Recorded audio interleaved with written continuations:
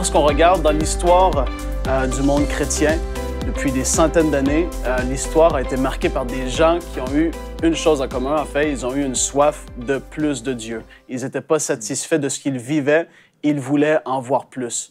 Puis aujourd'hui, on va regarder ensemble une des façons par lesquelles on peut avoir une soif de Dieu qui va aller en grandissant. Puis on va aller lire ensemble dans la parole de Dieu dans Actes, chapitre 6, les versets 3 à 6 pour commencer.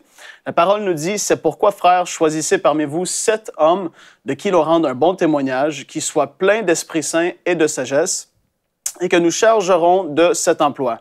Et nous continuerons à nous appliquer à la prière et au ministère de la parole. » Cette proposition plut à toute l'assemblée. Ils élurent Étienne, homme plein de foi et d'Esprit Saint, Philippe, Procor, Nicanor, Timon, Parménas, Nicolas, prosélyte d'Antioche, et ils les présentèrent aux apôtres qui, après avoir prié, leur imposèrent les mains. Et en fait, ces 7 hommes, déjà là, ils étaient chanceux parce qu'ils servaient aux tables, les apôtres, dans ce climat de réveil. Et c'est quelque chose qui devait être absolument incroyable de voir et de vivre. Jésus, en fait, on le sait tous, il était mort, ressuscité, il était parti au ciel. Et là, les disciples commençaient à prêcher la parole avec signes, prodiges et miracles. Et la parole nous dit, en fait, dans le Nouveau Testament, dans le livre des Actes, on entend parler de, parmi les 7, 2 personnes. Les autres, ils ont possiblement fait de grandes choses aussi, mais le Saint-Esprit a décidé de nous révéler dans les Actes Étienne et Philippe, qui ont vécu des choses absolument glorieuses et phénoménales aussi. Et je crois personnellement que c'est dû, en tout cas une, dont plusieurs autres raisons aussi, mais la raison, c'est qu'ils étaient dans un climat spirituel, c'était avec des gens qui étaient en feu. Ils s'entouraient de des personnes comme ça.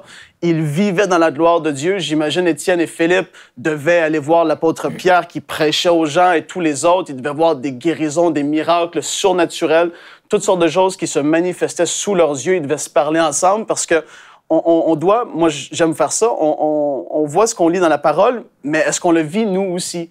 C'est-à-dire, est-ce que vous, quand vous vivez une réunion qui est glorieuse, est-ce que vous en parlez avec vos amis par la suite, vos proches, les personnes qui vous entourent? Moi, quand je vais à des réunions de puissance et il se passe des trucs, c'est sûr que je m'en parlais. Je vais dire, Jérémy, est-ce que tu te souviens hier, le gars, il est tombé, il est resté 1h30 collé au sol et tu vois des choses comme ça? Premièrement, il faut être ouvert au Saint-Esprit à qu'est-ce qu'il veut faire. Tous les gens qui ont marqué l'histoire, ils étaient ouverts à l'action du Saint-Esprit. Ça, c'est la première des choses. Mais je reviens au texte, ils étaient dans un climat de réveil. Et puis, ça nous dit qu'ils servaient aux tables et Étienne devait servir aux tables en parlant en langue. Et ça nous dit qu'il était plein d'Esprit Saint. Et quand on est plein d'Esprit Saint, qu'est-ce qu'on fait? On parle en langue, on est rempli de l'Esprit, on s'affectionne aux choses d'en haut et non à celles d'en bas. Il devait laver la vaisselle avec Philippe, comme j'ai dit, se raconter des trucs avec Nicanor et les autres. Ils devaient être ensemble. Je m'imagine vraiment ça. Ça devait être quelque chose de glorieux parce que on le sait que par la suite, Étienne a été le premier martyr. Et puis, il est passé de, entre guillemets, ce qu'on peut dire un simple diacre qui servait aux tables à quelqu'un qui faisait des signes, prodiges et miracles. Et à un tel point où ce qui s'est fait lapider, on a connu la fin de sa vie. Il a vu le Seigneur Jésus à la droite de Dieu. Je veux dire, c'est parce qu'il avait une soif de plus. Il devait prier les soirs après qu'il ait servi l'apôtre Pierre. Il devait aller s'agenouiller, prier en langue. Il devait chercher à vivre des choses plus grandes avec Dieu. Et ça doit vraiment faire partie de notre vie. Et puis, j'aimerais vous faire penser aujourd'hui à qui, dans votre entourage, les personnes à qui vous avez accès, qui sont ces personnes à qui vous pouvez regarder et dire « Wow! Cette personne-là, en tout cas, vis-à-vis de moi, elle a quelque chose de plus. Je l'entends souvent qu'à jeûne, à prix, c'est des gens qui commencent à évangéliser dans les rues, c'est des gens qui servent dans l'Église, ils sont passionnés pour Dieu. Qui sont ces gens qui vous entourent autour de vous? Moi, je veux vous encourager à vous connecter à ces gens-là. Allez, commencez à leur parler. Entourez-vous de personnes comme ça parce que ça va créer un climat autour de vous.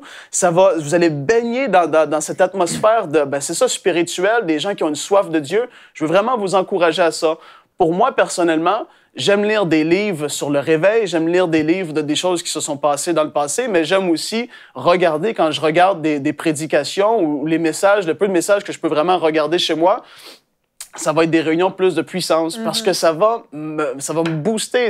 J'aime ça, ça me fait du bien. C'est quelque chose d'autre. C'est de ça que je vais me nourrir. Et évidemment, c'est ça que je vais vouloir vivre. Donc, mon témoignage à moi, c'est ça. Mais regardez à ces gens-là qui vous entourent. Commencez à vous connecter à eux. Et souvenez-vous, le Saint-Esprit a mis l'accent sur Étienne homme plein de foi et d'Esprit Saint. Soyez plein du Saint-Esprit.